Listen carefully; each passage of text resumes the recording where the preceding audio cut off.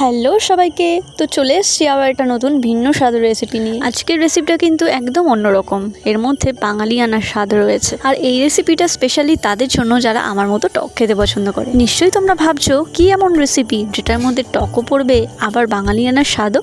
তাহলে চলো দেখে নেওয়া যাক রেসিপিটা। তো সবার প্রথমে আমার মা এখানে কড়াইতে তেল গরম করে নিয়েছে ও তার মধ্যে ফোড়ন দিয়েছে শুকনো লঙ্কা ও সর্ষে। তেলটা গরম হয়ে আসলে কেটে রাখা টমেটোগুলো এর মধ্যে দিয়ে ও পরে একটু লবণ দিয়ে নাড়িয়ে নেওয়া হয়েছে। তো তোমাদেরকে বলে রাখি, আজকে কিন্তু আমার মা বানাচ্ছে কাঁচা টমেটো দিয়ে চুনো মাছের টক। তোমরা এই রেসিপিটা বাড়িতে বানানোর আগে কিন্তু সম্পূর্ণ ভিডিওটা একবার দেখে নিও, তাহলে তোমরা বুঝতে পারবে এখানে কোন কোন সবজি ব্যবহার হয়েছে ও কি কি মশলার ব্যবহার হয়েছে আর কোন কোন সময় ব্যবহার হয়েছে। রান্নার ক্ষেত্রে কিন্তু মশলার ব্যবহার সঠিক সময়ে করা উচিত, তাহলে রান্নার স্বাদ আরও দ্বিগুণ হয়ে যায়। টমেটোটা ভাজা হয়ে গেলে পাশে কড়াইতে শুকনো লঙ্কা ও অল্প কটা মৌরি নিয়ে শুকনো কড়ায় মশলাগুলোকে হালকা টেলে নিতে হবে। এবার কড়াইতে গোটা মশলাগুলো ভালো করে টেলে নিতে হবে। গোটা মশলাটা ঠান্ডা হয়ে গেলে এটা মিক্সি করে নিতে হবে। মশলাটা বানানো হয়ে গেলে সাইডে রেখে দেবো, এটা আমাদের রান্নার শেষে ব্যবহার হবে।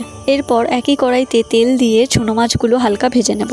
এইদিকে আমাদের সেই ভেজে রাখা টমেটোগুলো অনেকটা গলে আসার পর এর মধ্যে অল্প হলুদ দিয়ে আরও একবার নাড়িয়ে নেব। যেহেতু এটা এখনকার সিজনের টমেটো, তাই গলতে একটু সময় লাগবে, তাই টমেটোটাকে নাড়ানোর সময় খুন্তি দিয়ে একটু কেটে কেটে দেবো।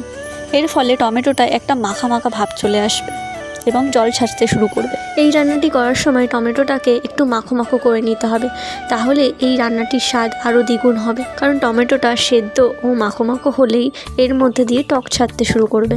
এবার টমেটোটা সেদ্ধ হয়ে গেলে এর মধ্যে একটু জল দিয়ে নাড়িয়ে নিতে হবে। ভালো করে নাড়াচাড়া করার পর রান্নাটি একটু ফোটার জন্য ওয়েট করতে হবে। এবার জল ফুটে এলে ভেজে রাখা চুনো মাছগুলো এর মধ্যে দিয়ে একবার নাড়িয়ে নিতে হবে।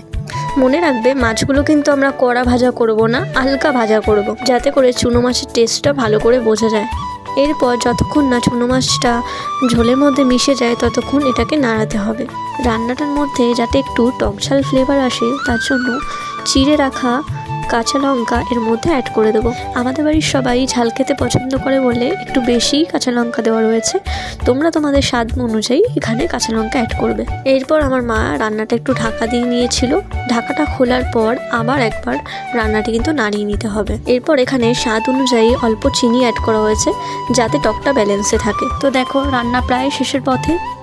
এইবার রান্নার শেষে আমরা যেই শুকনো গুঁড়ো মশলাটা আগে করে রেখেছিলাম এটা এর মধ্যে দিতে হবে। গুঁড়ো মশলাটা এর মধ্যে মিশিয়ে দেওয়ার পর ভালো করে হালকা হাতে নেড়ে চেড়ে নিতে হবে। মশলাটা দেওয়ার পর কিন্তু চুনো মাছের টকের কালারটা খুব সুন্দর হয়েছিল আর খেতেও অপূর্ব হয়েছিল। তোমরা কিন্তু একবার হলেও এই গরমের দিনে রেসিপিটা বাড়িতে ট্রাই করে দেখো, খেতে অপূর্ব লাগবে। আর এই রান্নার ভিডিওটা যদি তোমাদের ভালো লেগে থাকে তাহলে অবশ্যই লাইক কমেন্ট করো। তো ফ্রেন্ডস, আজকের মতো এতটুকুই। দেখা হচ্ছে নেক্সট ভিডিওতে। চলো টাটা।